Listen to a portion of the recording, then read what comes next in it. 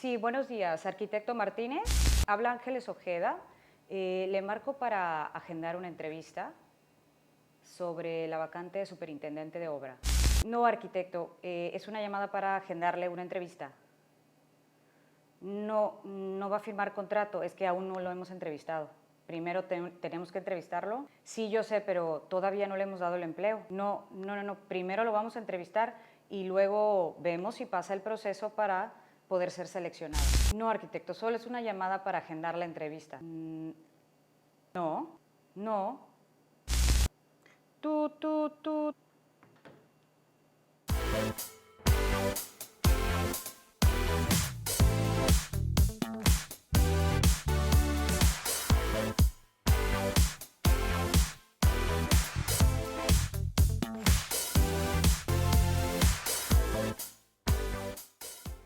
Bienvenidos nuevamente a nuestro canal y el día de hoy les quiero dar 8 consejos de lo que no y nunca debes de hacer en una entrevista.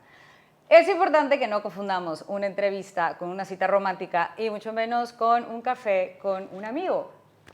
Mi nombre es Ángeles Ojeda, soy coach de talento y headhunter ejecutivo.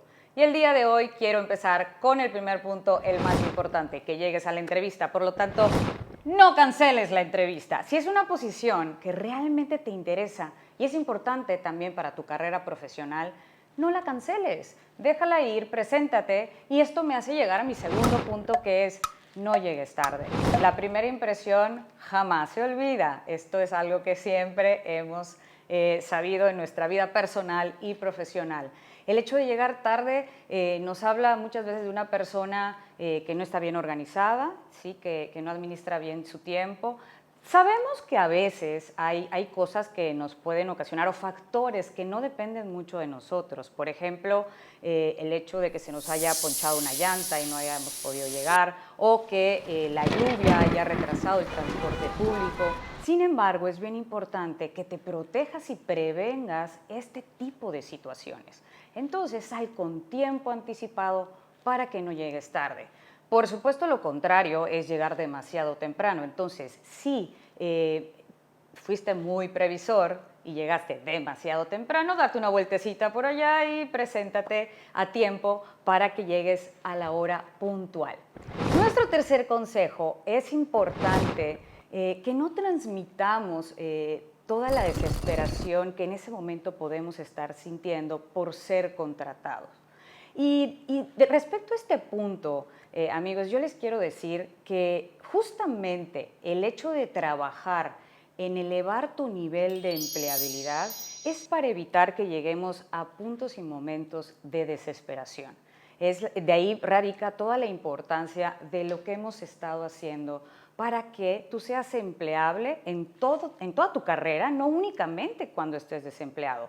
Es importante que sepas que el hecho de elevar tu nivel de empleabilidad no te va a servir únicamente para momentos de desempleo, sino que también te va a servir para poder alcanzar alguna promoción y para que todo el tiempo tengas todo eso que tú quieres a lo que te dedicas, pues. Entonces, es importante que en el momento de la entrevista no transmitas esa desesperación, porque al final tú vas a ser contratado por las competencias y las habilidades que tengas y no por la necesidad que presentes en ese momento. Transmitir que tenemos grandes necesidades no necesariamente va a hacer cambiar la opinión del contratante, y mucho menos del reclutador. Entonces, llega en modo zen para que puedas transmitir lo que realmente tú quieres. El otro punto es: nunca mientas en tus entrevistas. Los reclutadores tenemos un sexto sentido para detectar mentiras, y eso no necesariamente con la información que nos das en la entrevista, sino incluso con el lenguaje no verbal, o con la comprobación de tu experiencia. Entonces, está de más que intentes mentir o intentes dejarnos ver o querer hacernos ver que posees competencias y habilidades que para nosotros va a ser más sencillo comprobar que no las tienes.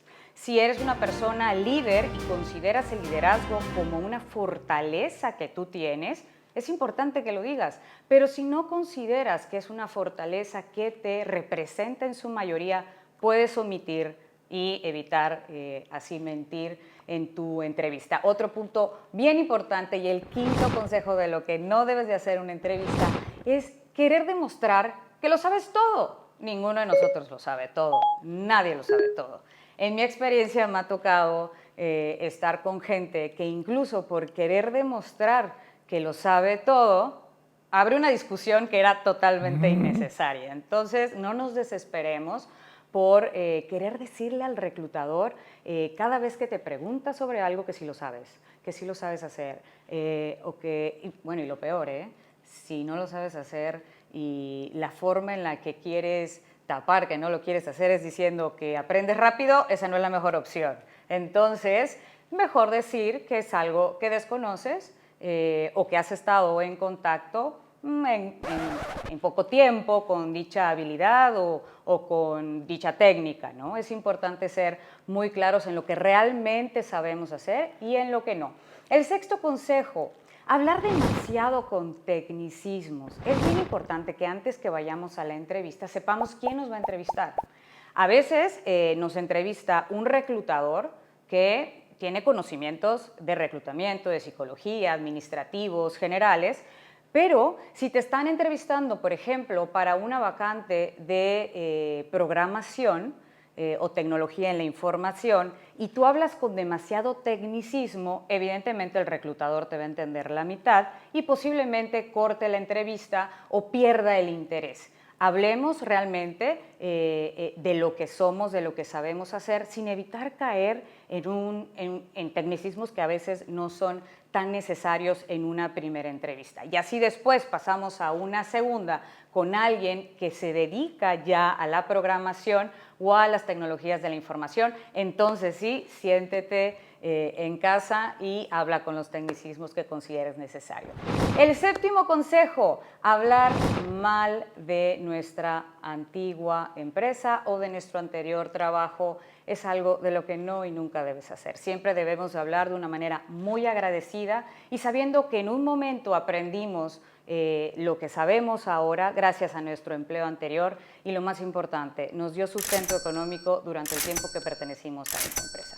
Y el octavo consejo, y no es menos importante por ser el último, decir sí antes de tiempo es lo peor que puedes hacer.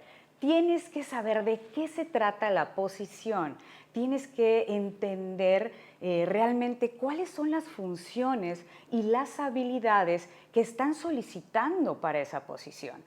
Y no desesperarnos y decir, sí, sí lo quiero, yo soy capaz. Tenemos que entenderlo al 100% para no tener en un vocabulario menos elegante un quemón profesional y entrar a una posición en la cual, lejos de hacer un buen papel, nos salga todo un poquito mal. Estos son los 8 consejos de lo que no y nunca debes de hacer en una entrevista. Si te gustó este video y te ayudó, comenta si tienes alguna pregunta, déjamela aquí y no olvides seguirnos y suscribirte en nuestro canal y nos vemos en nuestra siguiente cápsula.